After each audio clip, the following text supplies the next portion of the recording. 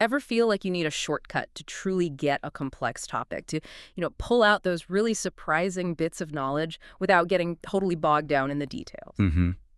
Well, this deep dive is definitely for you. Today, we're plunging into one of history's most, let's say, profound and challenging works, Plato's The Republic. Yeah, it's a big one. Often seems like this really dense philosophical text, right? Exactly. But we're going to try and uncover its most vivid examples, its sharpest arguments, and you'll see how strikingly they echo challenges and maybe offer some wisdom for your modern life. Indeed. Our mission today is really to unpack Plato's ancient insights, justice, society, the human soul, all that big stuff, and discover what this foundational text can offer you, the modern learner, as you navigate your own world, personal and communal. And we're really going to zero in on those examples Plato uses. They're often the key, I think, to unlocking what he's getting at. Absolutely. Those analogies, those thought experiments, Yeah. they're what make it come alive, and they often carry surprising relevance for us today. Okay, so let's embark on this journey. We begin our deep dive into the Republic in Book 1. This is where Socrates first kind of sets the stage, exploring the shifting sands of what people think justice really is. Right. And he doesn't start with some grand abstract theory, which is interesting. No, he grounds it. He starts by talking to, well, ordinary Athenians about their immediate feelings on doing the right thing. It's surprisingly relatable, almost like a philosophical man-on-the-street interview. It is. And what's fascinating is how he kicks things off with this elderly guy, Cephalus, who represents a more traditional view, maybe a bit comfort-driven. Yeah, how so? Well, Cephalus is pretty content in his old age, and he defines justice really simply: telling the truth and paying your debts. That's basically it for him. Okay, straightforward enough. Keep your word, pay what you owe. Exactly. And he credits his peaceful later years to his wealth. He thinks because he was well off, he was never really forced into being unjust. He didn't have to cheat or lie. Ah, so wealth is a guffer against temptation in his view. Precisely. He even throws in this little anecdote about Themistocles, the famous general, suggesting that inherited wealth, unlike money you earned yourself, makes you less attached to it. Interesting distinction. Why is that? Well, the idea is, if you didn't struggle for it, maybe you don't cling to it so tightly, so you're freer from that desperate scramble that might push someone towards wrongdoing. For Cephalus, real peace of mind comes from settling all your accounts, financial and moral. That's a very practical definition, almost transactional, isn't it? Sounds simple. It does. But Socrates, well, being Socrates, He immediately pokes holes in it, right? instantly, he hit Cephalus with this memorable and kind of unsettling thought experiment. He asks basically, okay, Cephalus, would you return a weapon to a friend who's gone mad if you knew they might cause harm with it? Ooh, okay. So by Cephalus' simple rule, always tell the truth. Always pay your debts, you should return it. It's his weapon, you owe it back. Logically, yes. But your gut, your common sense just screams no, right? You wouldn't hand a weapon to someone who's clearly a danger to themselves or others. Definitely not. And that immediately shows the limits of just following rigid rules. Sometimes, following the rule to the letter leads to a deeply unjust outcome. It forces you to think beyond simple formulas. So the rule itself isn't enough, you need something deeper. Exactly. And that's where Polemarchus, Cephalus' son, jumps in. He tries to offer something a bit more nuanced, but still pretty problematic. What does he suggest? He draws on the wisdom of a poet, Simonides, and says justice is doing good to friends and harm to enemies. Ah, the classic tribal definition, us versus them. You got it. And this isn't just some ancient Greek saying. You can see how this idea has stuck around for millennia. It's arguably still rampant today, even if we dress it up differently. Oh, absolutely. You see it everywhere. Politics, business rivalries, online groups. Help your side, hurt the other side. And Socrates, methodically as ever, starts pulling this apart. He highlights the dodgy implications. Like, he brings up Autolycus, this Homeric hero known for being a brilliant thief and liar. Okay. How does he fit in? Well, Socrates suggests, if justice is about doing good to friends and harm to enemies, then isn't justice itself a kind of skill in, well, stealing? You'd be good at guarding things for your friends, but by implication, equally skilled at taking things from your enemies. Huh. That makes justice sound kind of shady. Exactly. And then he poses these rhetorical questions. Can the art of horsemanship actually make bad horsemen? Can heat produce cold? No, obviously not. Right. So the implication is justice, being a virtue, something good, cannot logically produce injustice or make people more evil by actively harming them.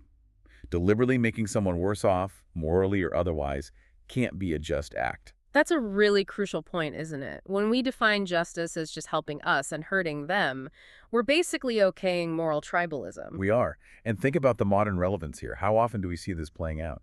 Partisan politics, where anything that benefits our party and harms the opposition is seen as okay.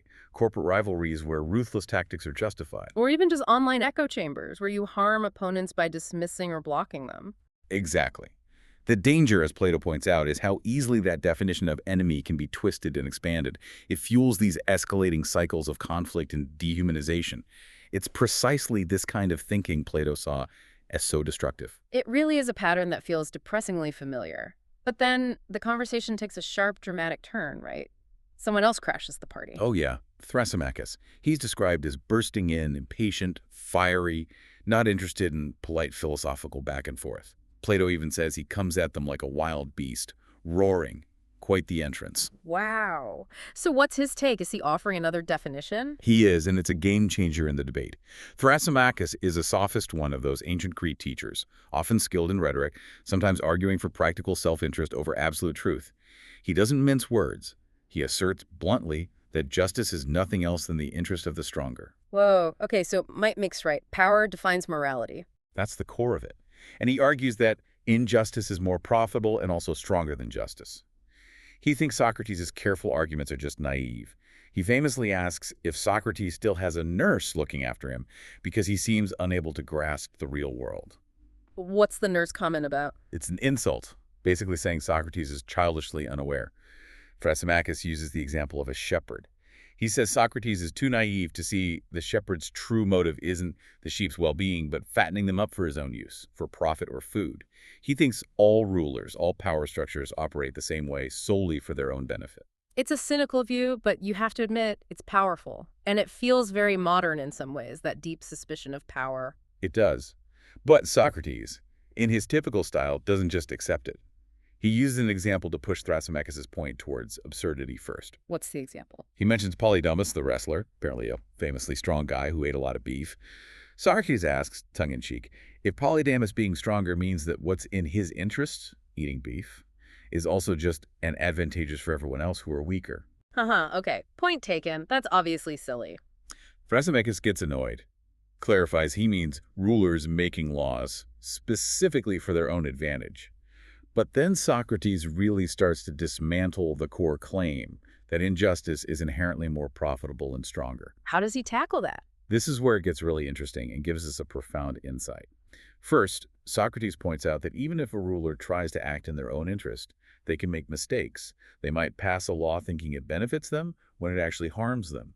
So obeying the ruler, which Thrasymachus initially defined as justice, might mean doing something not in the stronger's interest. Okay, that complicates Thrasymachus' definition. But what about the core idea that ruling is about self-interest? That's where Socrates introduces the really crucial concept, the art of pay. He distinguishes the purpose of any true craft or art from the payment the practitioner receives. Okay, explain that. The art of pay. He argues that all genuine arts, like medicine or piloting a ship, have an inherent goal, the good of their subject. Medicine aims at the health of the patient. Piloting aims at the safety of the ship and its passengers. The art itself serves the other, not the practitioner primarily. So the doctor's skill is for the patient, the pilot's for the ship. Exactly. Now, rulers are paid, Socrates acknowledges, but they aren't paid because the act of ruling itself is inherently profitable for them. They're paid because their service is valuable to the ruled. The payment is a separate thing, governed by the art of pay, not the art of ruling. Ah, I see. So a true doctor practices medicine for health's sake. The fact they get paid is a different transaction related to the value of that service. Precisely. If a shepherd is truly practicing the art of shepherding, the art itself is about the well-being of the sheep. Getting paid for it comes under the art of pay. Thrasymachus' cynical view, Socrates suggests, confuses the art itself with the potential for personal gain from practicing it. So what does this ancient argument mean for us today? Thrasymachus' view that power serves itself is still incredibly strong in modern discussions about politics, big business, systemic inequality. It really is. Plato's surprising insight here is that this cynical view isn't just a modern complaint, it's an ancient trap. The real nugget is how easily we still confuse a leader's or institution's stated aim of serving others with an underlying motive of self-interest or exploitation. That shepherd and sheep analogy feels very applicable, doesn't it? Corporate executives and shareholders, politicians and voters, even like social media influencers and their followers. Absolutely. How can we, as citizens, consumers, participants, recognize when we're being fattened for use rather than genuinely served? Socrates' distinction between an art's true purpose, serving its subject, and the art of pay forces us to examine the ethical core of professions today. Are doctors really focused on health above all, or are profits sometimes clouding that? Are educators genuinely focused on student learning or on institutional metrics and gain? Are politicians truly serving the public or prioritizing re-election and personal power? These ancient questions are still challenging the ethics of our modern world. They push us to look beyond the surface claims of service to the actual intent and outcome. Is the art being practiced for its true purpose, or has the art of pay, the pursuit of self-interest, taken over? Right. Okay. So after pulling apart these common but flawed ideas of justice, Plato pivots. He moves towards something incredibly ambitious in books 2 through 4, designing an ideal society, giving us a blueprint for human flourishing. Yeah, the construction of the Callipolis, the beautiful city. What's striking, though, is where he starts. Not with grand ideals, but with something surprisingly basic. That's right. The foundation isn't some lofty philosophical principle. Yeah. It's basic human needs. Food, shelter, clothing, just survival stuff. So society doesn't start from ideals, but from necessity. According to Plato here, yes. These basic needs and the simple fact that it's more efficient if people cooperate and exchange goods and services rather than everyone trying to do everything themselves, that's what naturally draws people together into a community. And this leads directly to a core principle for his ideal state. Yes, the fundamental principle of the division of labor, the idea that one man will do one thing better than many. It implies specialization based on natural aptitude. Each person should focus on the job they're best suited for. He gives a really simple example for this, doesn't he? Like the absolute minimum city. He does. He says, at the very least, you need a farmer for food, a builder for shelter, a weaver for clothes, and maybe a shoemaker. Just 4 or 5 citizens, each doing their specific job. That's the basic building block. The core idea being, do the one thing you're naturally good at. Maximum efficiency, maximum quality for the whole group. Exactly. Now, here's a surprising nugget for us. While specialization is obviously the bedrock of modern economies, think global supply chains, hyper-specialized professions, Plato makes us question its ethical limits. How so? What are the potential downsides? Well, when does extreme specialization lead to alienation? When you're just a tiny cog in a huge machine, do you lose sight of the overall purpose, the whole? Think about someone on an assembly line just putting on one screw over and over. Or like a lawyer who only deals with one tiny clause in massive contracts. Right. And Plato also raises the danger of people deviating from their own business, especially those in positions of public trust. What happens when a politician tries to be an economist or a journalist tries to be a judge? When people step outside their area of competence or natural aptitude, especially in critical roles, it can destabilize the whole system. That makes sense. So, okay, basic needs met, division of labor established. But Plato knows a simple city of needs won't stay simple. It will grow, become more luxurious, and that leads to conflict and the need for guardians. Precisely. As the city grows beyond basic necessities, desires multiply. People want luxuries, arts, more territory. This inevitably leads to conflict with neighbors, and thus the need for a specialized class of warriors and rulers, the guardians. And this is where Plato really digs into the details.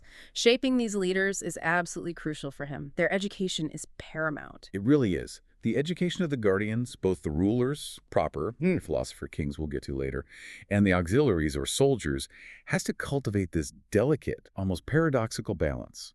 They need to be fierce and courageous towards enemies, but gentle and protective towards their own citizens.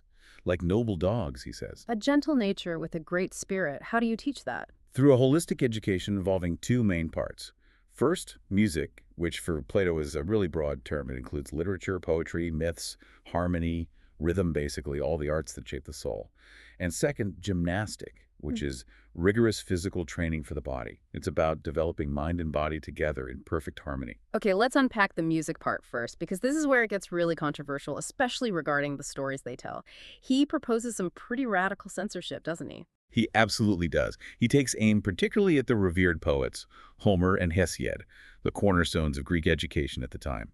He condemns many of the traditional myths about the gods. What kind of stories does he object to. Stories depicting the gods as immoral, quarreling, lying, cheating, having affairs, fighting amongst themselves. He mentions specific examples: Uranus castrating his father Saturn, Zeus overthrowing Saturn and his own numerous affairs, Hephaestus binding his mother Hera in chains, the constant strife on Olympus. Plato argues these stories are harmful. Harmful how? They're just stories, aren't they? Not to Plato. He believes they actively shape the character of the young. If the gods behave badly, why shouldn't humans? He worries that stories of Zeus mistreating his father encourage sons to disrespect their own fathers. Tales of divine conflict incite quarreling among citizens. So the gods in these stories are bad role models, basically. Exactly. He also objects to stories that portray heroes, like Achilles, acting out of meanness or excessive passion, like Achilles taking gifts from Agamemnon after being slighted, his brutal treatment of Hector's corpse, his cruelty towards the river god's commander or slaughtering captives. He finds this mix of nobility and brutality unacceptable for future guardians. And he didn't like how the afterlife was depicted either. No. He hated portrayals of the underworld as a gloomy, terrifying place full of wailing shades. He thought this would make the guardians cowardly, afraid of death, when they need to be courageous above all. God, Plato insists, must always be depicted as perfectly good, unchanging, truthful, and incapable of deceit. A perfect moral compass for the young guardians to internalize. Wow. That's a really strict view of storytelling. Almost sounds like propaganda in a way. You could see it that way. It certainly prioritizes moral and political utility over artistic freedom or historical accuracy. So what's the nugget here for us today? His stance on censorship feels extreme, but does it force us to think about something important? I think it does. It forces us to confront the profound, often unacknowledged influence of media and storytelling on shaping societal values, especially for young people. The nugget is that narratives aren't just entertainment. They act as moral blueprints.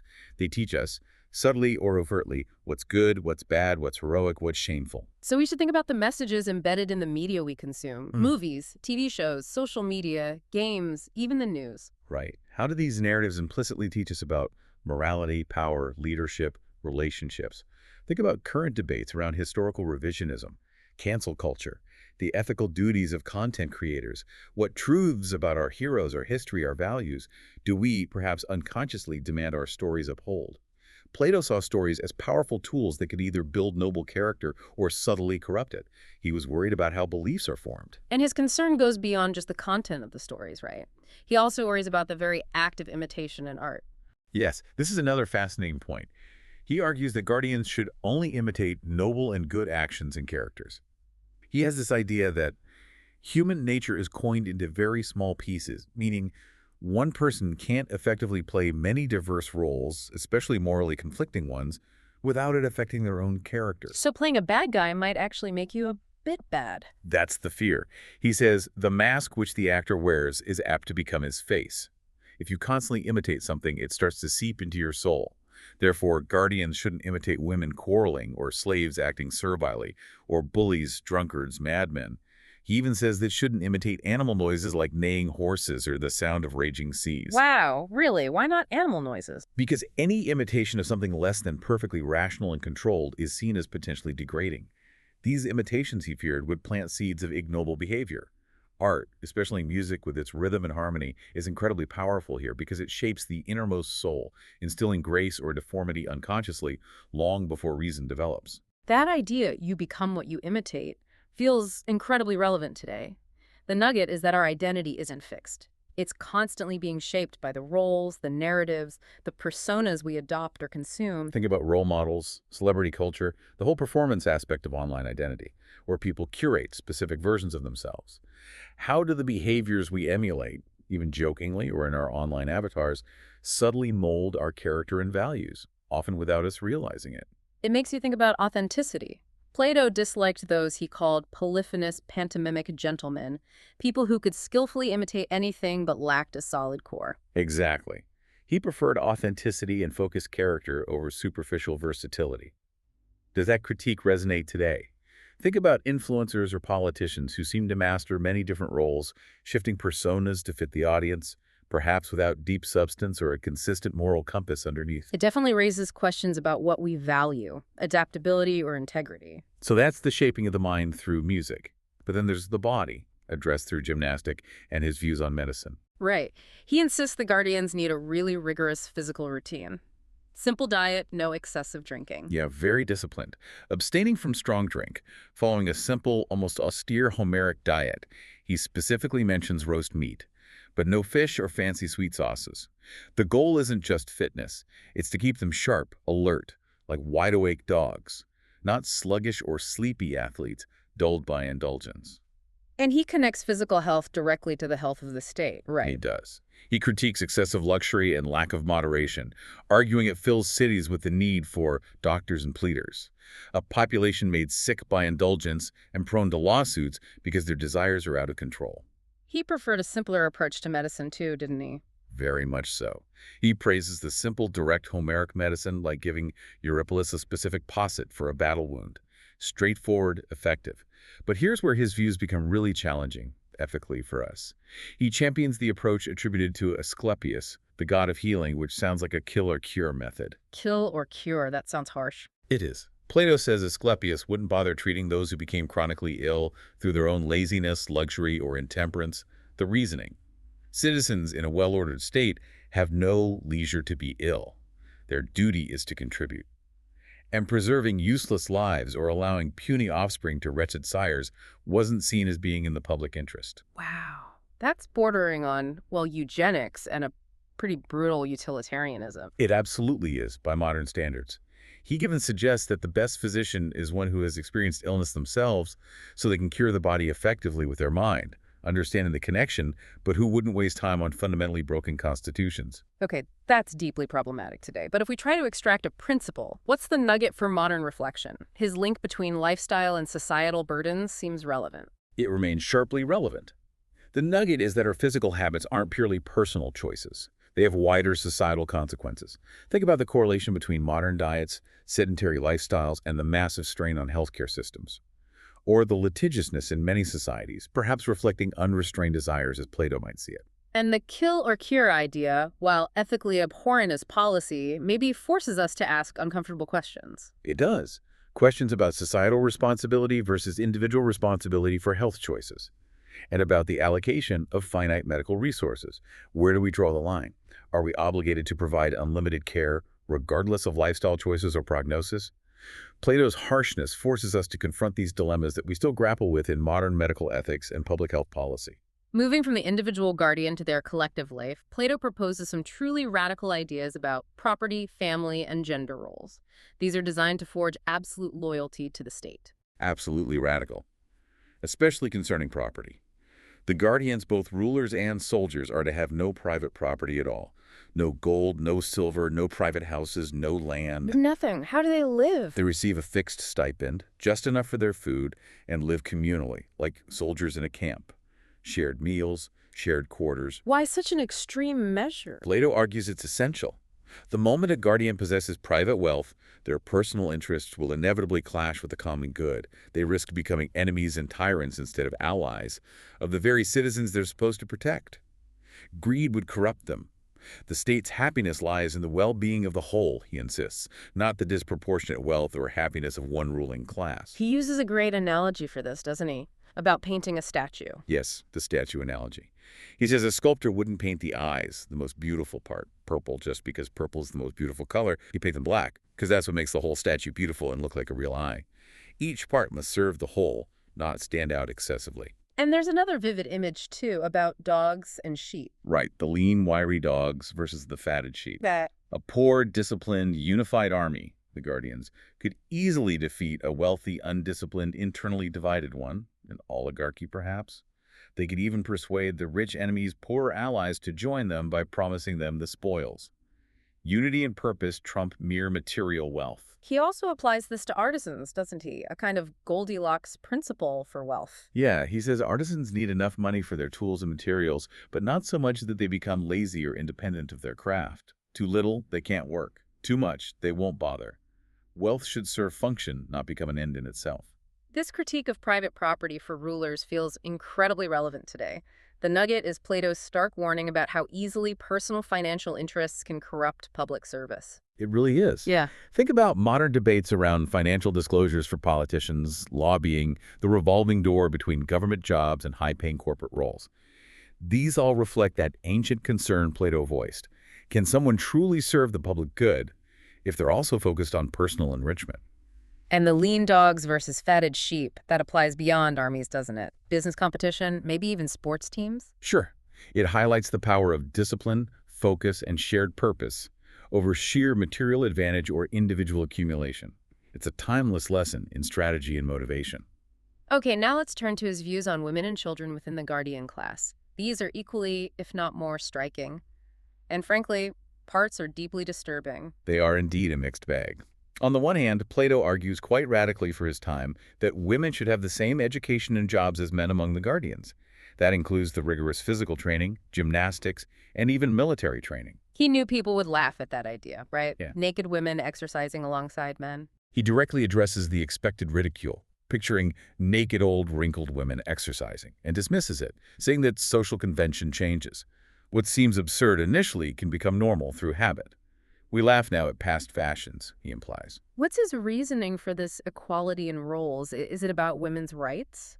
Not exactly in the modern sense. His argument is more utilitarian, based on the needs of the state. He contends the difference between sexes is often nominal and accidental, regarding aptitude for roles. Like being bald or having hair doesn't affect someone's ability to be a good cobbler, he says. So why should sex determine whether someone can be a guardian? Women, he states, have the same kind of nature as men, though perhaps often in a less degree of physical strength or certain capacities. But the potential for virtue and leadership is there. So it's a surprisingly modern push for gender equality in education and jobs, even if the reason is state efficiency, not individual liberation. It is. It forces a historical conversation about perceived versus actual capabilities and how much gender roles are socially constructed versus truly essential.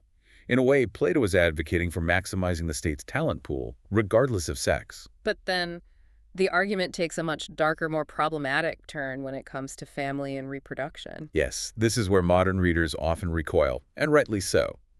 To ensure the highest quality guardians, Plato proposes that breeding should be strictly controlled by the rulers. They would arrange marriages, temporary pairings between the best men and the best women, using rigged sacred lots to make it seem like chance, but actually ensuring desirable matches. Like breeding prize animals. Exactly the analogy he implies.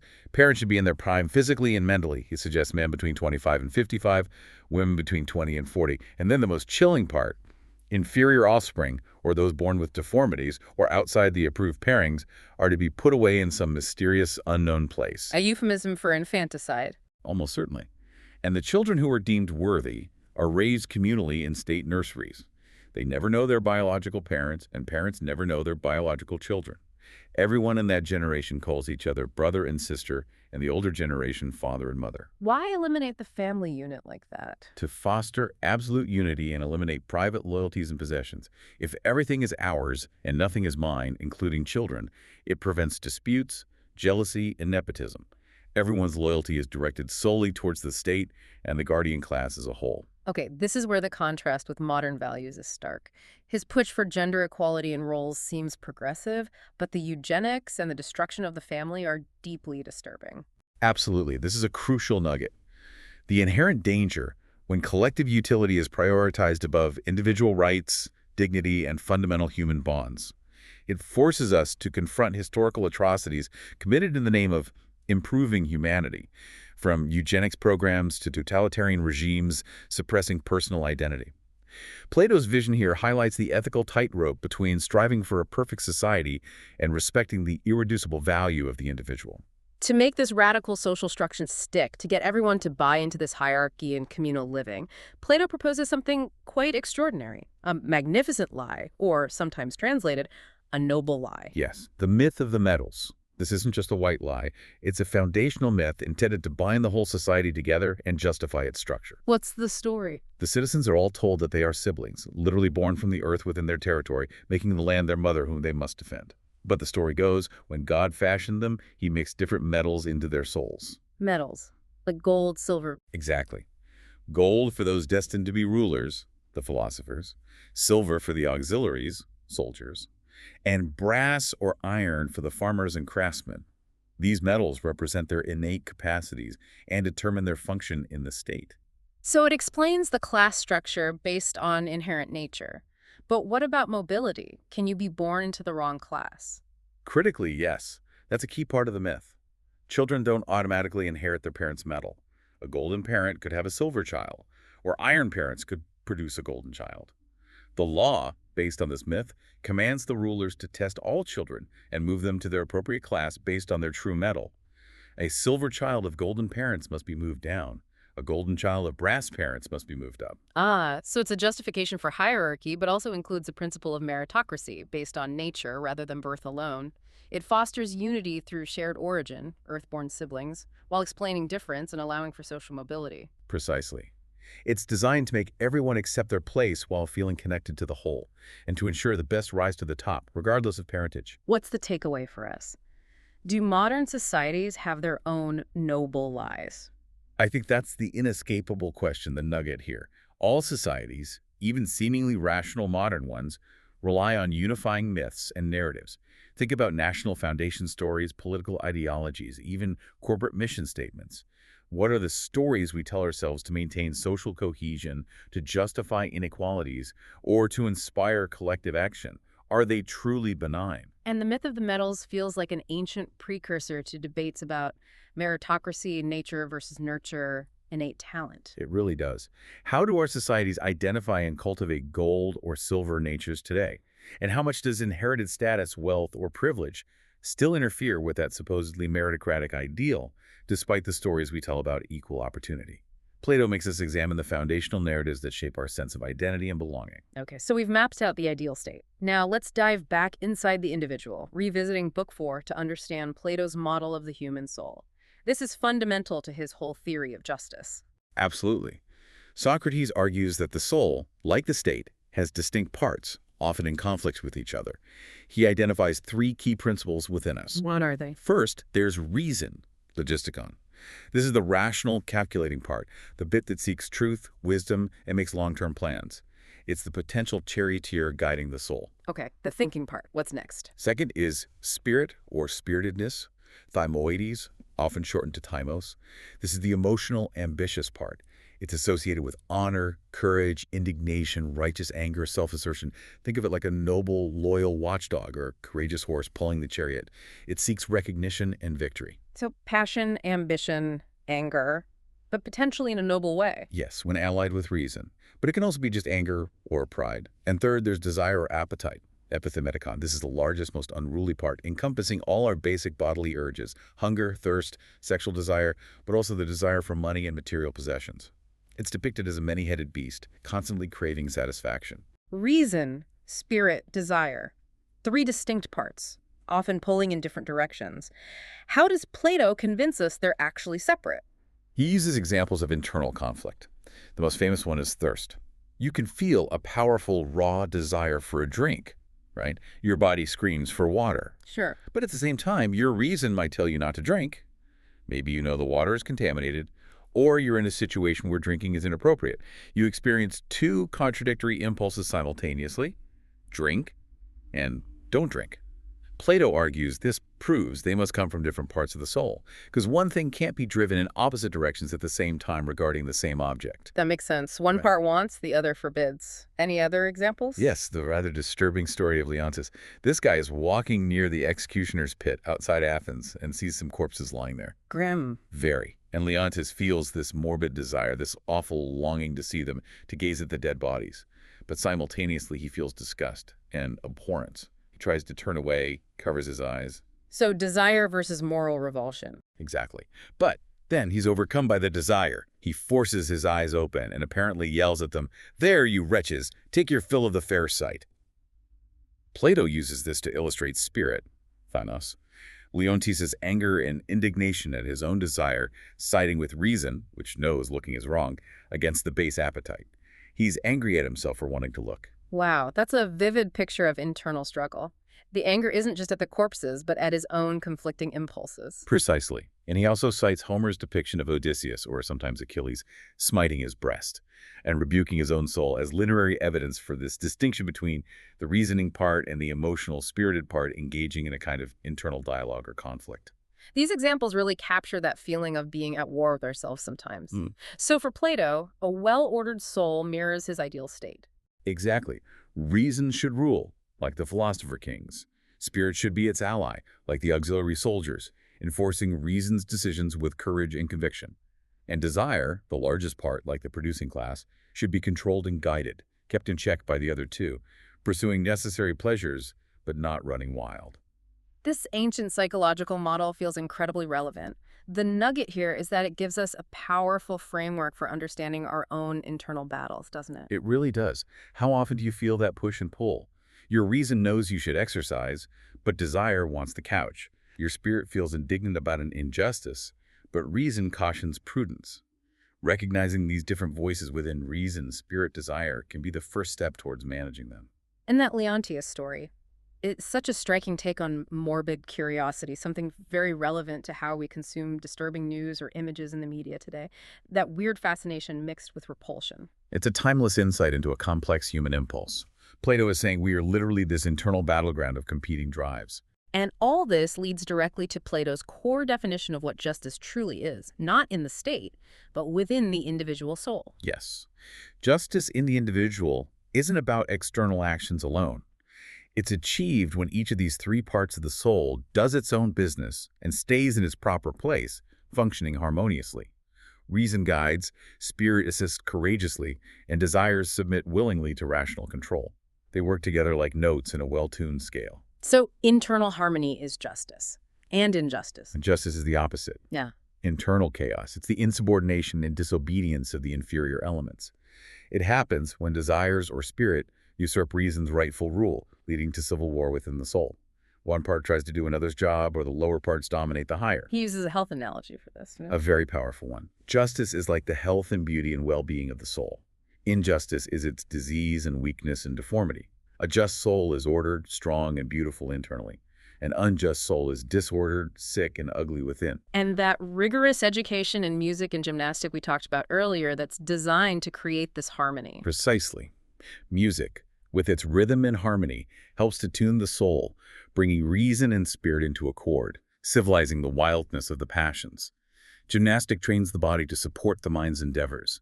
It's all about cultivating that internal balance. So this definition fundamentally flips the script.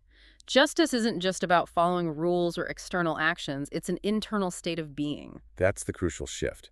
The nugget here is profound. True ethical living starts with self-mastery and inner coherence.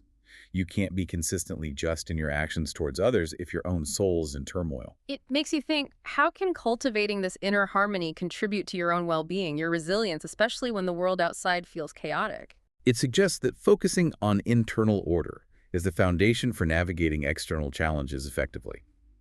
And it connects personal virtue directly to societal health.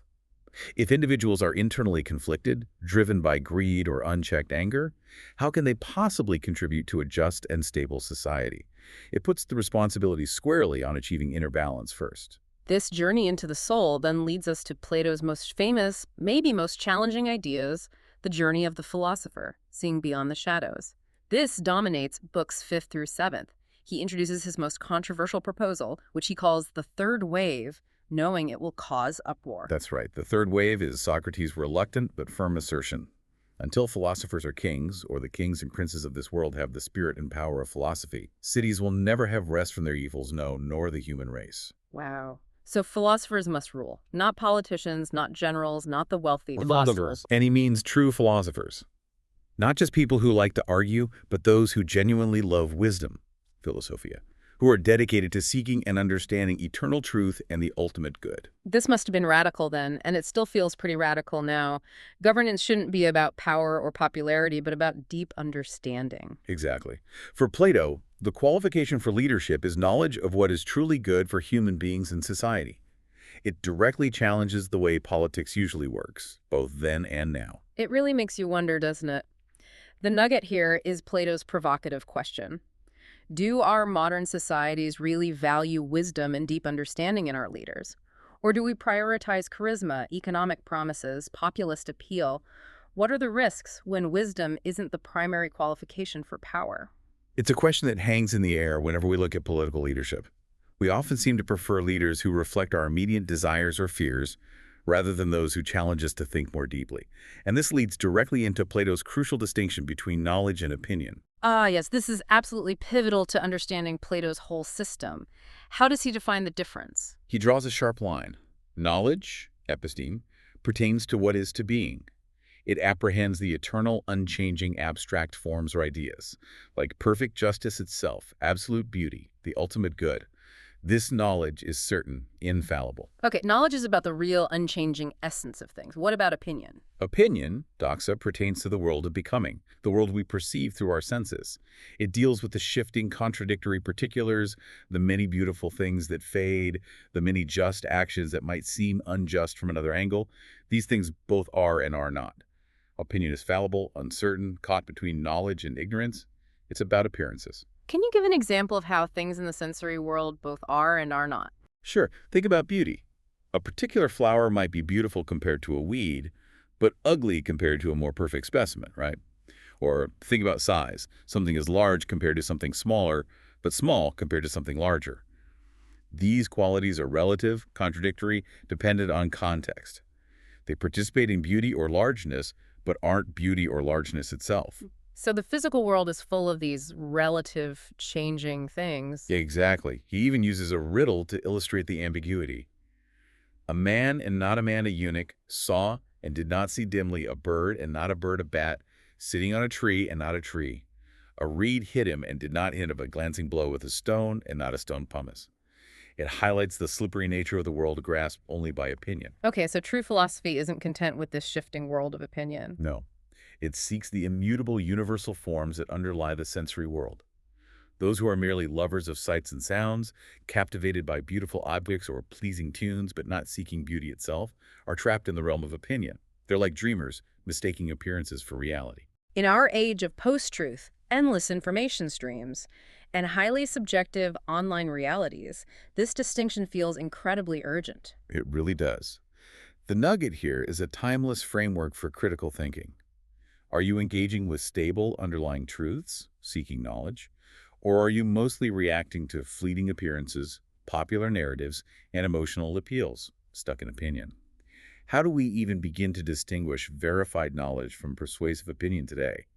How do we avoid mistaking the digital shadows for deeper realities? It's a challenge. Plato's framework encourages us to constantly ask, is this statement about what truly is or just what appears to be right now? It's about digging deeper than the surface. And to illustrate this difficult journey from opinion to knowledge, from illusion to reality, Plato gives us his most powerful and enduring metaphor. The allegory of the cave. Yeah, even if people haven't read The Republic, they've often heard of this one. It's so visual. It's incredibly evocative. Right. He asks us to imagine human beings living in an underground cave since childhood.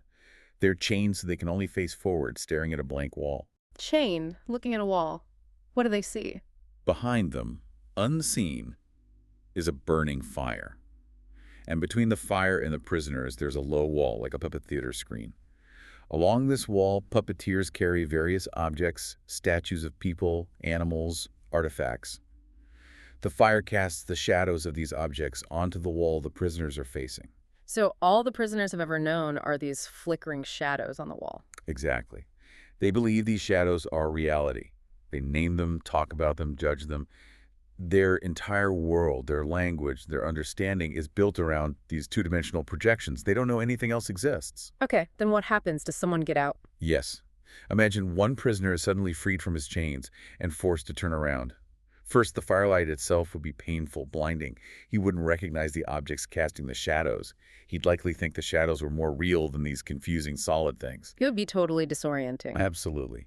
Then, imagine he's forcibly dragged out of the cave altogether, up a steep and rugged ascent, into the outside world, under the sunlight. That would be even more painful. The sunlight would be blinding. Excruciatingly so. At first, he could only look at shadows on the ground, then reflections in water. Gradually, his eyes would adjust, and he could look at the objects themselves, the trees, the animals, the people. Then he might look at the moon and stars at night. And finally, after much struggle, he would be able to look directly at the sun itself. And seeing the sun, what would he realize? He'd realize the sun is the source of everything. The light that makes sight possible, the warmth that sustains life, the cause of the seasons and everything in the visible world. He'd understand the world inside the cave was just a pale, shadowy imitation of this true reality. It's an incredible metaphor for enlightenment, for intellectual awakening. But what happens when he tries to go back? Ah, this is the tragic part. If he goes back down into the cave, his eyes, now accustomed to the bright sunlight, would be filled with darkness.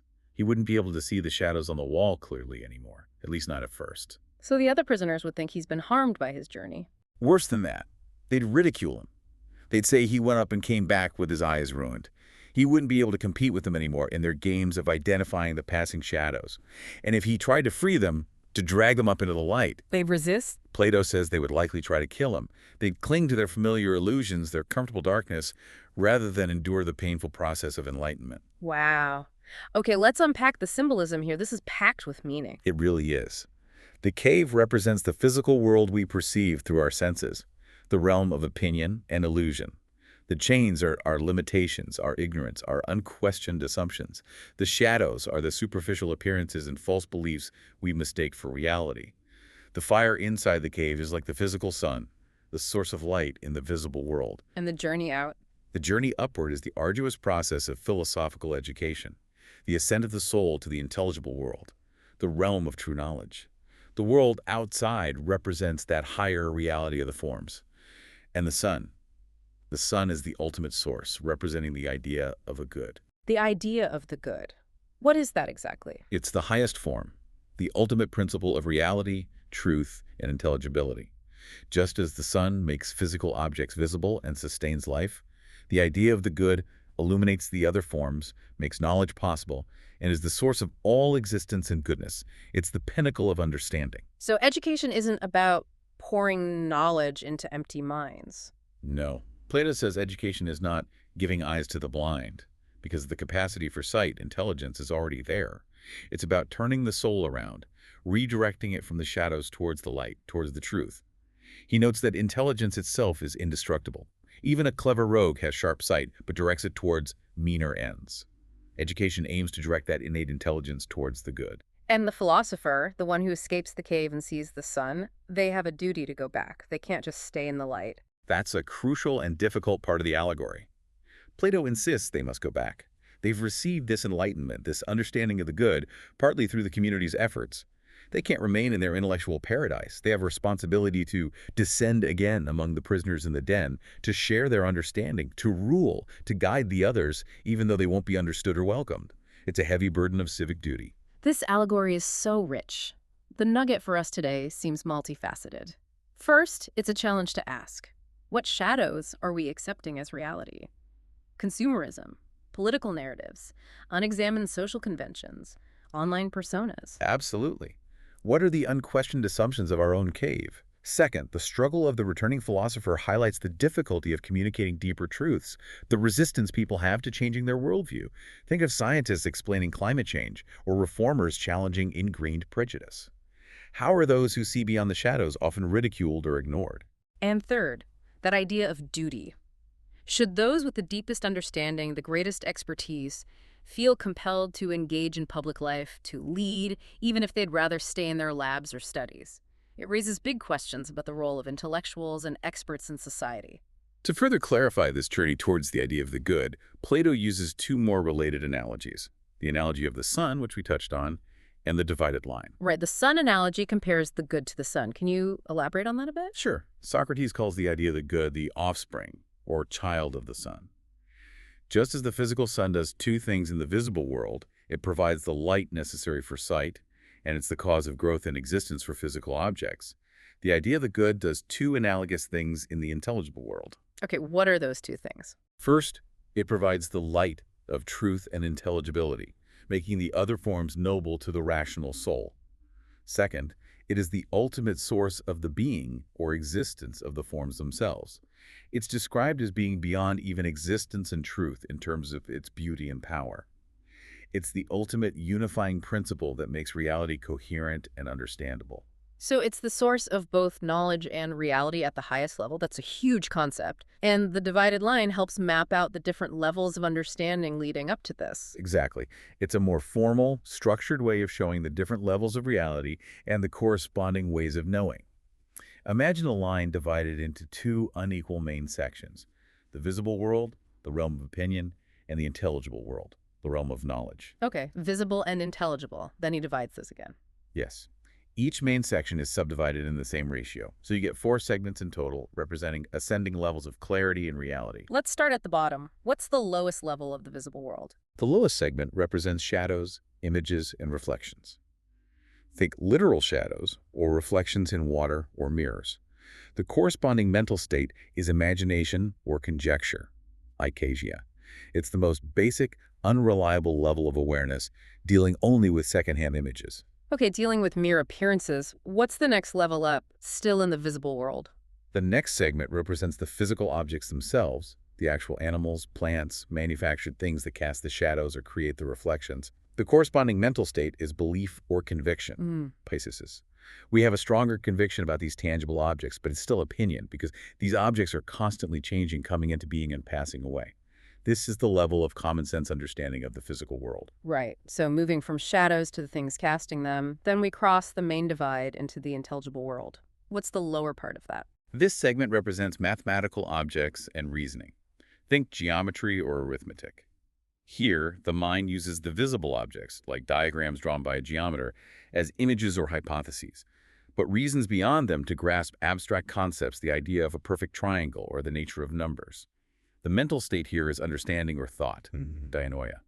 It's a higher level because it deals with abstractions, but it still relies on unexamined assumptions or hypotheses, like the definitions in geometry. So using the visible to think about the abstract, but starting from assumptions, what's the highest level then, the top segment?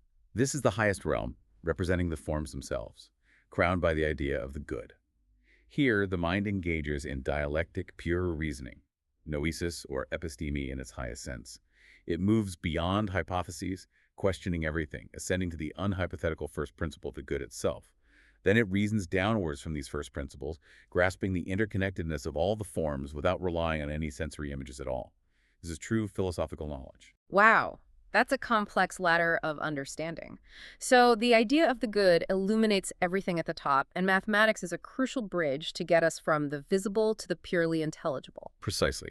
The divided line provides this robust framework for intellectual development.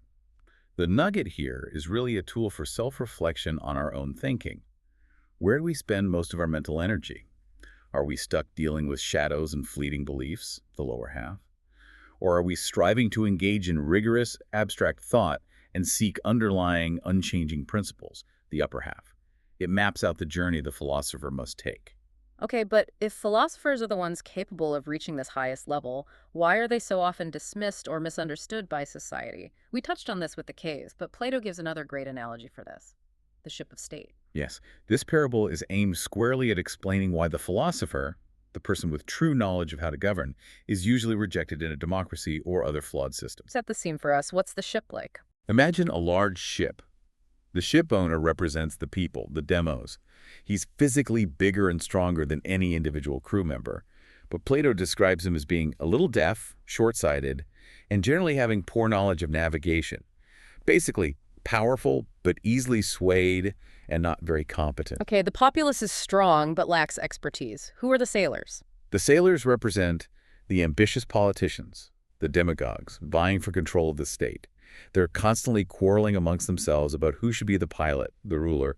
Even though none of them has actually learned the true art of navigation, they haven't studied the stars, the winds, the seasons, the things a real pilot needs to know. So they're fighting for power without having the necessary skills. What do they do to get control? They might try to flatter the ship owner or trick him or even drug him with wine or some narcotic to take control.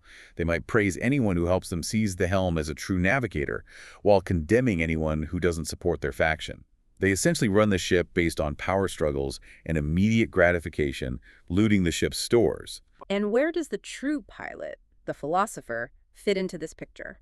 The true pilot is the one who actually understands navigation, who studies the stars, the weather, the charts.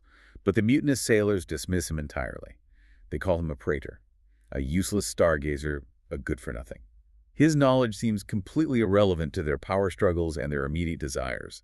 They don't see the value in his abstract understanding because they're focused on who's currently popular or strong. It's such a powerful image of how expertise can be sidelined in a populist environment. The nugget is that societies that prioritize popularity or brute force over genuine knowledge are like rudderless ships headed for disaster. Exactly. The allegory explains why the philosopher, possessing the true art of governance, understanding the good and how society should be ordered, is rejected. The populace, the shipowner, lacks the understanding to recognize true competence and is easily swayed by the flattering rhetoric of the sailors, demagogues. The true pilot's wisdom seems impractical or up in the clouds compared to the immediate promises of the power-hungry sailors. This feels incredibly relevant to modern politics, doesn't it? How often do we see knowledgeable experts dismissed as elites or out of touch, while charismatic figures with little substance gain power through rhetoric and appealing to base instincts? It's a timeless critique. The stargazer philosopher mirrors how long-term planning, scientific evidence, or nuanced ethical considerations can be derided as irrelevant or inconvenient by those focused on short-term political wins, economic gains, or simplistic slogans. It highlights that fundamental mismatch between true knowledge and popular perception in flawed political systems. So if becoming this true pilot, this philosopher-king, requires ascending that divided line to grasp the forms and the good, how exactly do you train someone for that? Plato lays out a specific educational curriculum, the ladder of learning, using mathematical sciences as a preparation for the ultimate stage dialectic. Yes, reaching that highest level, the contemplation of the good, requires rigorous intellectual training. The soul needs to be gradually turned away from the world of senses towards the purely intelligible. Plato prescribes a sequence of 5 mathematical disciplines as the essential prelude or preparation for dialectic. Dialectic itself is that ultimate philosophical method of questioning assumptions, seeking definitions, and reasoning purely with forms to arrive at first principles. What are the 5 disciplines and why the specific ones? They are arithmetic, plane geometry, solid geometry, astronomy, and harmonics. He argues they draw the soul towards abstract thought. Let's take them one by one. Why arithmetic? Is it just about learning to count? Not just practical calculation, though that's useful for, say, a general organizing troops. Plato emphasizes its power as a conductor to thought and being. He gives the example of holding up 3 fingers. Sight sees them all equally as fingers, but the mind is puzzled. How can one thing, a hand, be also 3 things? Fingers. This confusion forces the mind to use number, the abstract concept of unity and plurality, to distinguish them.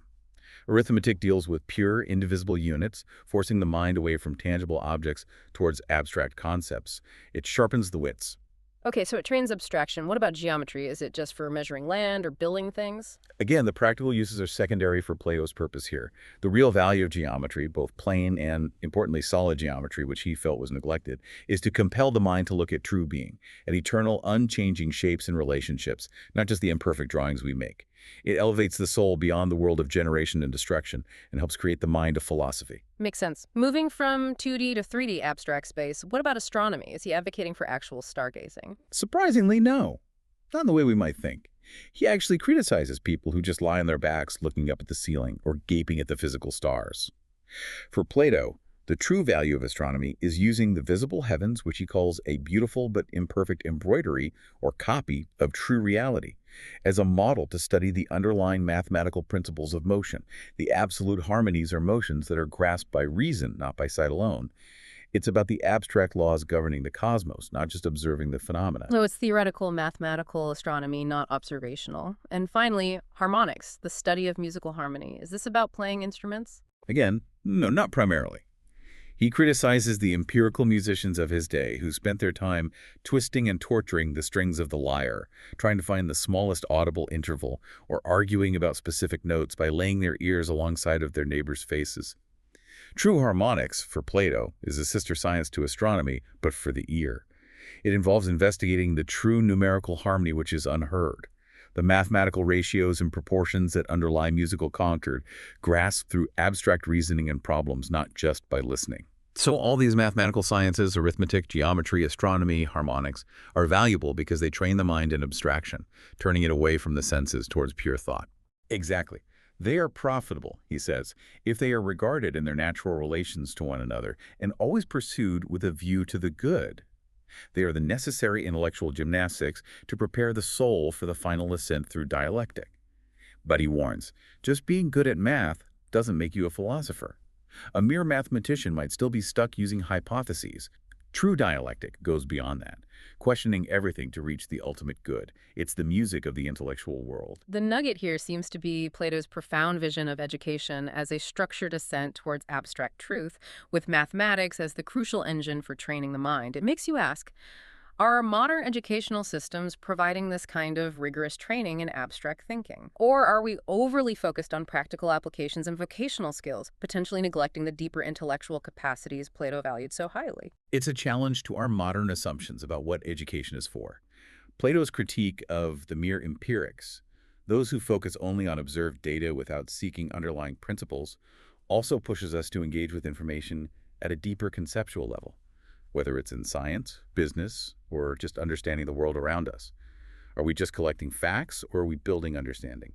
So we've seen the ideal state, the well-ordered soul, and the rigorous education needed to achieve and maintain them.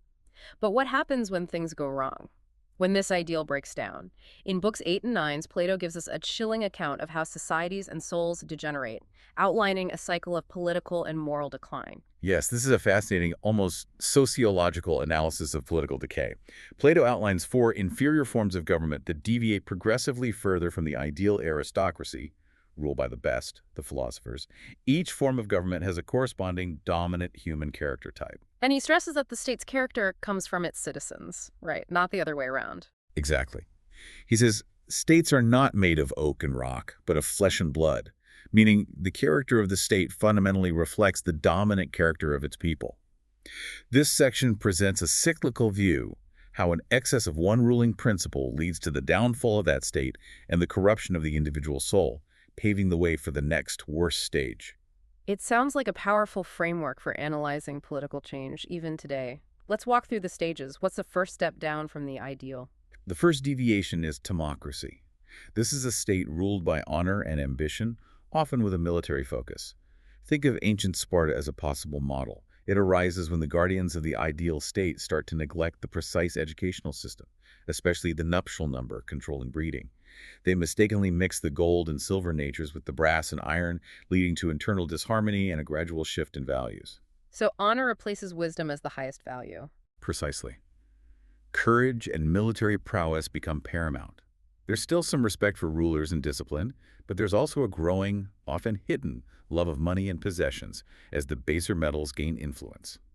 It's a state driven by the pursuit of victory and honor, which supersedes all the rest. And what about the timocratic man? What's his character like? How does he develop?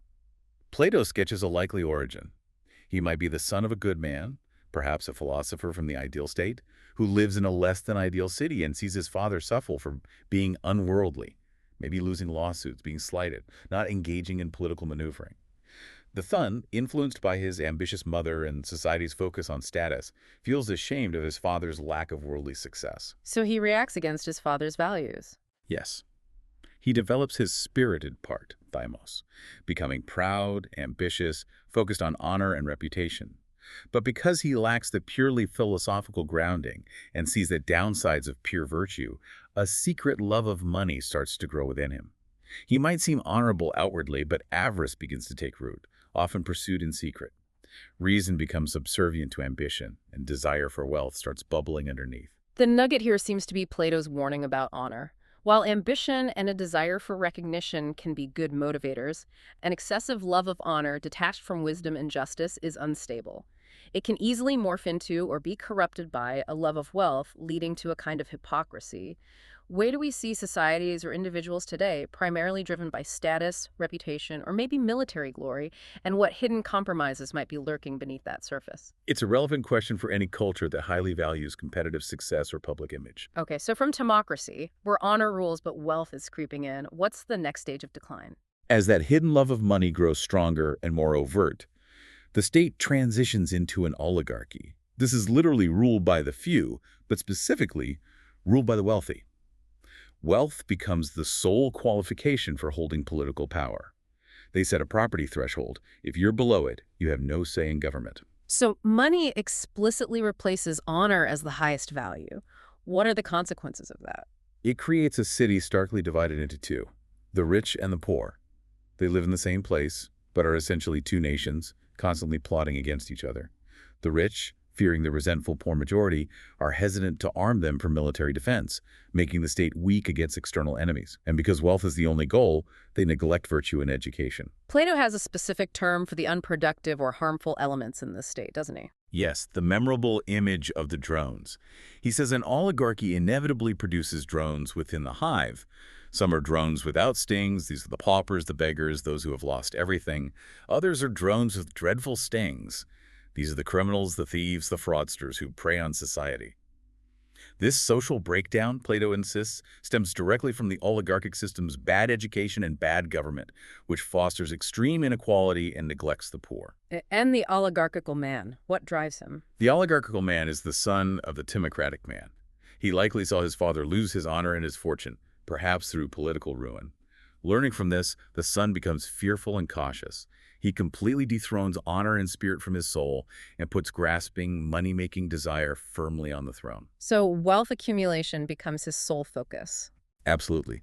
He's described as mean, thrifty, constantly toiling to save and increase his wealth. He only satisfies his necessary desires, but ruthlessly suppresses any spending on education, generosity, or public good. Those are seen as wasteful. Reason and spirit become mere slaves to calculating profit and defending his hoard. Does he have other desires? Oh, yes. Lacking a proper education that cultivates virtue, Plato says his baser, drone-like desires, potentially criminal or exploitative ones, breed within him. He keeps them in check mostly through fear of losing his reputation and wealth, not through moral principle. Plato gives the example. If this man were entrusted with an orphan's inheritance, his true unjust nature would likely come out when he thinks he can get away with fraud. He presents a respectable front, but only force of circumstance, not virtue, keeps his worst impulses restrained. In war, he's reluctant to spend money sending hirelings instead, valuing his gold above victory or the city's safety. Plato's critique here feels incredibly sharp, especially in modern discussions about wealth inequality. The nugget is how a system fixated on wealth creates deep social division, neglects virtue, and produces individuals enslaved by avarice. It's stark. How do economic elites today influence policy in their own interest? What happens to the drones, the poor and marginalized in such a system? The analogy forces us to consider the systemic roots of poverty and crime, rather than just blaming individuals. And the psychological portrait of the oligarchical man, stingy, fearful, prioritizing personal gain, even over collective security, is a timeless warning about the corrosive effect of unchecked greed. From the tight-fisted control of oligarchy, Plato argues, society swings to the opposite extreme, democracy. And surprisingly for Plato, this is a further stage of decline. That's counterintuitive for us today. It is. We tend to idealize democracy, but Plato saw its excessive liberty as inherently unstable and ultimately leading to tyranny. How does democracy arise from oligarchy in his view? It happens when the conflict between the rich and poor boils over. The poor, seeing the rich become decadent, weak, and ineffective, especially in war, where the poor might fight alongside them and see their lack of fitness, eventually revolt. They win, often violently, kill or exile the oligarchs, and establish a system where everyone has an equal share in government, often assigned by lot. Okay, so power shifts to the masses. What are the defining features of this democratic state for Plato? Freedom and equality are the watchwords. There's freedom and plainness of speech. Everyone says what they think, everyone does what is right in his own eyes, and lives pretty much however they please. There's incredible variety and tolerance. Plato compares it to a colorful embroidered robe, or a bazaar where you can buy anything. All lifestyles, all constitutions are present. That sounds vibrant, maybe even attractive. Superficially, perhaps. But Plato sees chaos beneath the surface. There's little regard for qualifications or training for leadership. Anyone who merely professes patriotism can gain office.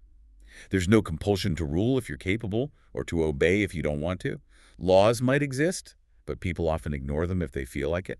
It distributes equality to equals and unequals alike, meaning no distinction is made based on virtue, wisdom, or competence. Anything goes. And the democratic man, this is the one you said is eerily recognizable. Oh, absolutely. He's typically the son of that stingy, oligarchical man. Growing up in a restrictive household, he gets his first taste of forbidden pleasures, the drone's honey, often through associating with wild companions. These introduce him to all sorts of unnecessary and extravagant desires. So a rebellion against the father's miserliness. Yes, an internal battle erupts in his soul. On one side are his father's oligarchic principles, thrift, necessary desires, maybe some lingering reason. On the other side are these exciting new democratic desires, variety, pleasure, freedom from restraint. Which side wins? Eventually, the democratic desires, fueled by external temptations and persuasive but false and boastful arguments, conquer his soul's citadel. Shame is redefined as folly, moderation as unmanliness, prudence as meanness. They are banished. In their place, insolence is crowned as good breeding, anarchy as freedom, wastefulness as magnificence, and shamelessness as courage. Wow, a complete inversion of values. Total inversion. He lives life from day to day, indulging whatever appetite happens to be strongest at that moment. One day he's drinking and partying, the next he's dieting and exercising. Sometimes he dabbles in philosophy, then politics, then business. He might even play at being a soldier. There's no order, no hierarchy in his desires, no single guiding principle. He calls this chaotic, restless existence pleasant and free and blessed. He treats all desires, necessary and unnecessary, noble and base, as equal. That is remarkably familiar. It sounds like a critique of extreme individualism and maybe even consumer culture, where we're constantly chasing the next new thing. It really resonates. The nugget here is Plato's profound warning about unrestrained liberty. Freedom without wisdom, without self-discipline, without a hierarchy of values, leads to internal chaos and a fragmented self. When does the relentless pursuit of individual freedom undermine personal virtue, social cohesion, or the ability to pursue long-term goals? The bizarre metaphor raises questions about moral relativism too, doesn't it? If all lifestyles and values are equally valid, how do we find common ground or define societal good? Precisely. And the democratic man, constantly shifting interest, indulging every whim, valuing superficial variety over deep commitment or genuine excellence, is a figure you can almost see walking down the street today, endlessly scrolling through options, unable to settle. Plato even notes that in such a state, slaves become insolent, women assert equality with men in ways he finds disruptive, and even animals roam with unusual freedom and lack of deference. This absolute liberty, he argues, ironically softens the citizens and makes them unable to tolerate any authority, ultimately paving the way for the worst possible regime. Which is tyranny, the final, most degraded stage. How does democracy's excessive freedom lead to this? Plato argues that the excess of freedom inevitably swings into the excess of slavery. Just as oligarchy collapsed due to its obsession with wealth, democracy collapses due to its obsession with freedom. How does that happen? In a democracy, society gets divided into three classes. The drones, both stingless paupers and stinging criminals who become numerous and vocal, the orderly, wealthy class, who are squeezed by the drones, and the general populace, farmers and workers, mostly disengaged but powerful when assembled. The drones, especially the stinging ones, become the dominant political leaders, acting as demagogues. They stir up the people against the wealthy, often accusing them falsely, driving them into exile or confiscating their property. They promise debt cancellation and land redistribution. So they exploit the class conflict inherent in democracy. Exactly. The people, feeling oppressed by the wealthy and charmed by the drone promises, elevate one man as their special protector. This popular leader initially seems like a champion of the people. The strongman who promises to fix everything. Precisely. But once this protector tastes human blood, meaning once he starts shedding the blood of his fellow citizens through false accusations, purges, or hints of violence, he transforms. Plato uses the chilling fable of the temple of Zeus Lycaeus, where tasting human sacrifice supposedly turned a man into a wolf. The protector becomes a tyrant. A wolf in shepherd's clothing. What does he do next? He requests a personal bodyguard from the people to protect him, their champion. Once he has this private army, he drops all pretense. He eliminates his enemies, especially the brave, wise, or wealthy citizens who might challenge him. He makes a purgation of the state, but unlike a physician removing disease, the tyrant removes the best elements, leaving the worst. He constantly stirs up wars to keep the populace dependent on his leadership and to distract them, and also to tax them heavily to pay for his guards and campaigns. He surrounds himself with foreign mercenaries and freed slaves, whom he trusts more than his own citizens. It's a terrifyingly precise blueprint for how dictators rise to power, often initially with popular support. What about the tyrannical man? What's his inner life like? Is he happy with all this power? According to Plato, he is the most miserable of all human beings. His soul is completely enslaved to one dominant master passion, often the darkest, most lawless desires that Plato says emerge fully in dreams, like incest or murder. His soul is full of fear, disorder, and insatiable craving. He can never truly do what he wants, which would be peace and satisfaction, because his master passion drives him relentlessly. His mind is confused and tormented. So the ultimate power leads to ultimate slavery. Yes.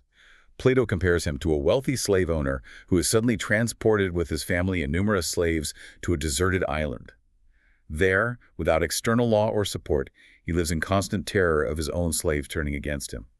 The tyrant is likewise terrified of his own citizens, his slaves, in a sense, and even more so of the wild beast of his own desires within. He lives indoors always like a woman, isolated, paranoid, consumed by envy of ordinary citizens who can travel and live freely. He is a parasite, metaphorically killing his own father, the demos, the people who raised him to power. Tyranny is the utter disease of both state and soul. This is a powerful warning. The nugget isn't just about political tyranny, but about the tyranny of our own unchecked desires. The pursuit of absolute freedom, paradoxically, can lead to the most profound servitude, whether to a political dictator or to our own internal monster passion. It's a chilling reminder. What are the warning signs in politics today when a popular protector starts demanding more power, silencing critics, creating enemies? And personally, what happens when one desire for wealth, power, pleasure, even revenge takes over our whole life? Plato argues that true happiness is impossible under such internal or external tyranny. So, if the tyrant is the most miserable and the just man, living under the rule of reason, is the happiest, how does Plato really drive this point home? He revisits the three parts of the soul and talks about their corresponding pleasures. Yes, he offers another argument for why the philosopher's life, guided by reason, is the most pleasant. He connects each part of the soul, reason, spirit, desire, with a primary love and a corresponding type of pleasure. What are they? Reason loves learning and truth, so its pleasure is the pleasure of knowing. Spirit loves honor, victory, and reputation, so its pleasure comes from achieving those. Desire, or the appetitive part, loves money and gain, because money is the chief means of satisfying bodily appetites, so its pleasure is linked to profit and sensual gratification. So we have lovers of wisdom, lovers of honor, and lovers of gain. And each thinks their own pleasure is best. Naturally, the moneymaker scoffs at honor and learning unless they bring profit. The honor lover dismisses profit as vulgar and learning as useless unless it brings recognition. The philosopher sees the pleasures of honor and gain as necessary, perhaps, but vastly inferior to the pleasure of understanding truth. So how do we judge whose pleasure is truly best? Who gets to decide? Plato argues the philosopher is the only qualified judge. Why? Because the philosopher, in the course of their life and education, has necessarily experienced all three types of pleasure. They've known the basic pleasures of appetite, they've likely experienced the drive for honor, especially in their youth, and they've tasted the unique highest pleasure of wisdom. But the lover of gain and the lover of honor haven't necessarily experienced the pleasure of true philosophical understanding. Exactly. They lack the crucial experience and the necessary tool for judgment, which is reason itself, the philosopher's primary faculty. Therefore, the philosopher's verdict that the pleasure of reason is the truest and best is the most reliable. He also argues that the pleasures of reason are the purest, not just released from pain, like eating when hungry, but positive states of fulfillment derived from contemplating eternal truths. And this leads to that astonishing calculation you mentioned earlier, the just man being 729 times happier than the tyrant. Yes, the famous 729. It's presented as a playful, almost geometric proof. He sets up the philosopher-king, representing the just aristocratic soul at one end, the tyrant at the other, with the oligarchic and democratic man in between. He argues the tyrant is 3 times removed from the oligarch in terms of true pleasure, and the oligarch 3 times removed from the king. 3 times 3 is 9. Then somehow squaring or cubing this. It gets complicated involving dimensions. It does. He links it to the number of the human beast and the dimensions of reality versus illusion. But the upshot is this huge number, 733.9, which is 9 cubed, or 3 to the power of 6. And he notes, fascinatingly, that 729 is remarkably close to the number of days and nights in a year. 365 by 2 equals 730.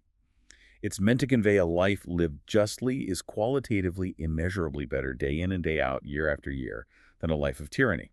It's a mind-bending way to quantify it. The nugget isn't the exact math, maybe, but the sheer scale of the difference Plato asserts between a virtuous life and a vicious one. It challenges our modern tendency to measure happiness only by external factors. Completely. It argues that the internal state, the harmony or disharmony of the soul, has an almost infinitely greater impact on our actual lived experience of happiness than outward success or power. It's a powerful argument against purely materialistic or hedonistic views of the good life. What kind of pleasure are you prioritizing? And which offers the most enduring, stable satisfaction day after day? To really drive home this idea of internal harmony versus chaos, Plato gives us one last, incredibly vivid image of the soul in Book 9. Yes, the composite creature image, it's fantastic. He asks us to imagine Inside each human being, a complex hidden menagerie. What's in this menagerie? First, a multitudinous, many-headed monster. Some heads are of gentle creatures, some of savage beasts, and it can grow and change these heads at will. This represents the appetites, the diverse and often unruly desires. Okay, the beast of desire. What else? Second, there's a lion. This represents spirit, thymos, courage, anger, ambition. The noble but fierce part. And the third? Third, there's a man, representing reason, the rational element. Now, imagine these three. The man, the lion, and the many-headed beast are all somehow bound together and covered by an outer skin, the shape of human being. So from the outside, it just looks like one person, but inside, this complex struggle is happening. That's an amazing image. So what does it mean to be just or unjust in terms of this inner zoo? The unjust man, Plato argues, is the one who feeds and strengthens the many-headed beast, making it powerful, while starving and weakening the man. Reason. He might even make the lion the beast's ally through bribery or habit. He lets the lower parts run wild and enslave the highest part. So injustice is feeding the monster and starring the human within. And justice. The just man does the opposite. He strengthens the inner man, reason, above all. He makes the lion, spirit, reason's ally, working with it to tame and control the many-headed beast. He cultivates the gentle heads and prevents the savage ones from growing. He acts like a wise farmer, nurturing the whole creature, bringing all parts into friendship and harmony with each other and with himself. This internal state, Plato insists, is what determines true profit and well-being. Undetected external injustice, like having Gyges' ring, only make the inner beast stronger and the person ultimately worse off and more miserable. This image is such a powerful guide for self-mastery. The nugget is that ethical living is an active process of internal gardening or animal training. We have to consciously choose which parts of ourselves to cultivate and which to keep in check. It really brings it home. What beasts within your soul are you feeding, maybe without realizing it? Are you letting reason guide your passions and desires, supported by your spirit itself? Or are your appetites or anger leading you around, causing internal conflict? It suggests personal growth is about liberating that gentler element of reason and bringing the whole soul into a state of perfection and ennoblement. It's about becoming the master of your own inner world. As we move into the final book, Book X, Plato returns to some earlier themes, but also looks towards the ultimate fate of the soul. He starts, though, with a surprisingly harsh final judgment on poetry and art. Yes, despite admitting his own lifelong love and admiration for Homer, he doubles down on his critique. He concludes that all imitative poetry, from epic to tragedy, is fundamentally an outrage on the understanding of the listener, unless they possess the balm of knowledge, the philosophical understanding, to counteract its harmful effects. Poets remain dangerous imitators in his view. And he uses that famous example of the three beds to explain why poetry is so far removed from truth. Exactly, the three beds argument. It illustrates the different levels of reality. First, there's the idea or form of the bed. This is the true essence of bedness, created by God or the divine craftsman, the ultimate reality, one perfect form. 2. Second, there's the physical bed made by a carpenter. The carpenter looks towards the idea to make a particular concrete bed. It's one step removed from the true form. 3. Third, there's the painting of a bed made by an artist. The painter merely imitates the appearance of the carpenter's physical bed from one particular angle. It's just an image of an imitation thrice removed from reality. So poets are like painters, they just imitate appearances. That's Plato's argument. They imitate appearances of human actions, virtues, vices, but without necessarily understanding the true nature of what they're depicting. The poet might write beautifully about courage or justice, but they don't possess the knowledge of the user, like a general using courage, or even the correct belief of the maker, like someone crafting laws based on justice. The imitator deals only in surfaces. And he also argues poetry harms the soul by stirring up emotions. Yes. He argues that tragedy and comedy appeal to the lower, irrational parts of the soul. We indulge in grief and lamentation when watching tragedy, or in laughter at buffoonery and comedy emotions that reason would tell us to restrain in our own lives. By constantly stimulating these emotions, poetry weakens our rational self-control. This fuels the ancient quarrel between philosophy and poetry, the battle between reason and emotion, truth and illusion. This is a tough critique for anyone who loves art. The nugget seems to be a challenge to be incredibly discerning consumers. How much of the media we consume is just skillfully crafted appearance, manipulating our emotions rather than engaging our reason or leading us to deeper truths? It pushes us to ask, is this art helping me understand reality better? Or is it just reinforcing illusions or making me emotionally reactive? It also raises timeless questions about the responsibility of artists. Should art primarily entertain, or should it aim to educate, uplift, and guide us towards virtue? Plato clearly sides with the latter. Beyond the critique of art, Book X also offers a powerful argument for the immortality of the soul. How does he make that case?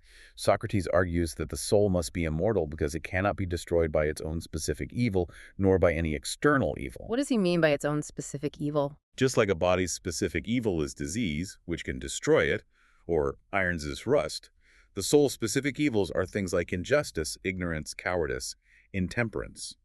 But, Socrates argues, while these vices corrupt the soul and make it wretched, they don't actually destroy it or cause it to cease existing. An unjust person might live a long, miserable life, but their soul persists. Okay, so inner wickedness doesn't annihilate the soul. What about external harm? He argues that bodily harm or disease, which are evils external to the soul, cannot destroy the soul either. If the soul's own evils can't destroy it, why would something alien to it, like a physical illness, be able to?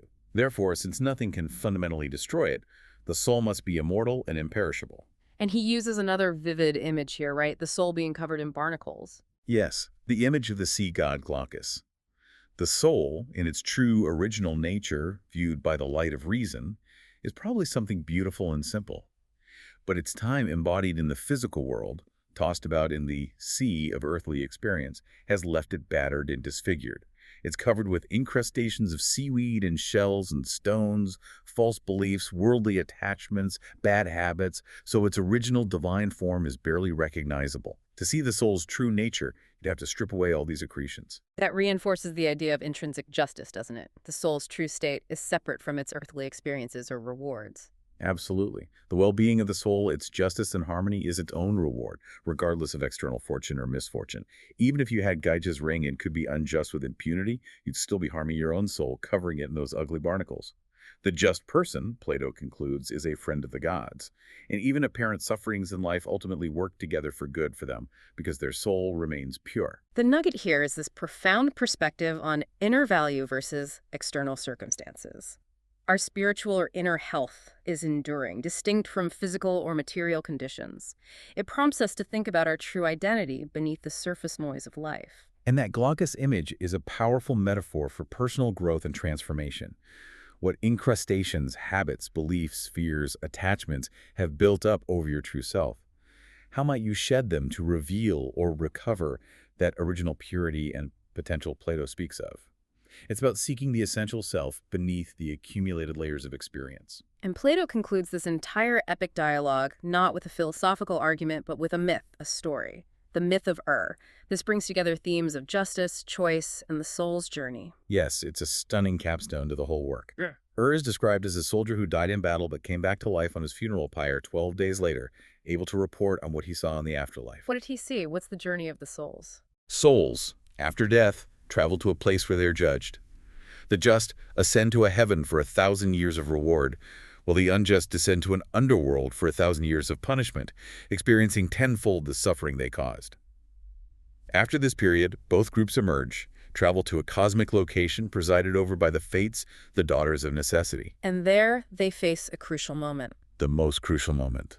They must choose their next life. An interpreter lays out numerous samples of lives before them. Lives of animals, lives of humans, tyrannies, famous lives, lives of wealth, poverty, health, sickness, lives of men, lives of women, countless possibilities. And the choice is entirely theirs. Yes. The interpreter proclaims a core message. The responsibility lies with the chooser. God is blameless. Virtue is not compelled. Your choice determines your character in the next life. This sounds like the supreme peril, as Plato calls it. How do souls typically choose? Often poorly, especially those who came straight from heaven, having lived virtuously only through habit, not philosophy. They haven't endured suffering or gained true understanding. Plato gives the example of the first soul to choose, who greedily snatches up the life of a great tyrant, tempted by its apparent power and wealth, only to discover too late that it includes the fated horror of devouring his own children and suffering immense evils. So, appearances are deceptive even in choosing lives. What helps make a good choice? Wisdom gained through philosophy and experience, especially the experience of suffering. Odysseus, famously wise and having suffered much, is the last to choose. He searches carefully and finds the quiet, obscure life of a private citizen who minds his own business, declaring he would have chosen it even if he'd been first. The key is to have the knowledge to distinguish the good life from the evil, to understand how different factors, wealth, poverty, power, obscurity, affect the soul's justice, and to consistently choose the life that will make the soul more just. One needs an adamantine faith in truth and right to choose well, aiming for the mean and avoiding extremes. This myth is such a powerful allegory for free will and moral responsibility in this life. The nugget is that our choices now are shaping our future character, our destiny, in ways we might not fully grasp. It truly is. It emphasizes the long-term, perhaps eternal consequences of our decisions. We need deep wisdom, not superficial attraction, to navigate our life choices. It's a final, stark reminder that the most glittering paths can lead to the deepest suffering, and true happiness lies in the just and balanced state of the soul, a state we actively choose through our actions and priorities every single day. So we've journeyed all the way through Plato's Republic, from that initial, seemingly simple quest for a definition of justice, through the intricate design of an ideal city and soul, the philosopher's tough climb towards truth, those cautionary tales of how societies decay, and finally this profound vision of cosmic justice and individual choice. It's quite a journey, and hopefully you can see how this ancient text, far from being just some dusty, irrelevant philosophical treatise, keeps providing this incredibly powerful mirror for our own modern world. It offers maybe not easy answers, but certainly a rigorous blueprint for thinking about personal flourishing and societal health. It really does challenge you to look inward, to question the assumptions of our society, and to think about what truly matters. And maybe that leaves us with a final thought to ponder. Plato's Republic really throws down a gauntlet. In this age we live in, with unprecedented access to information, yet perhaps more distraction and illusion than ever, are you living in the cave? Are you content with the fleeting shadows of opinion, popularity, and material success? Or are you striving, however imperfectly, for that difficult, sometimes painful ascent towards the light of true knowledge and understanding? And considering the myth of what kind of life are you actually choosing day by day, knowing that its ultimate measure, for Plato at least, isn't the external rewards or the applause, but how just and harmonious it makes your own soul?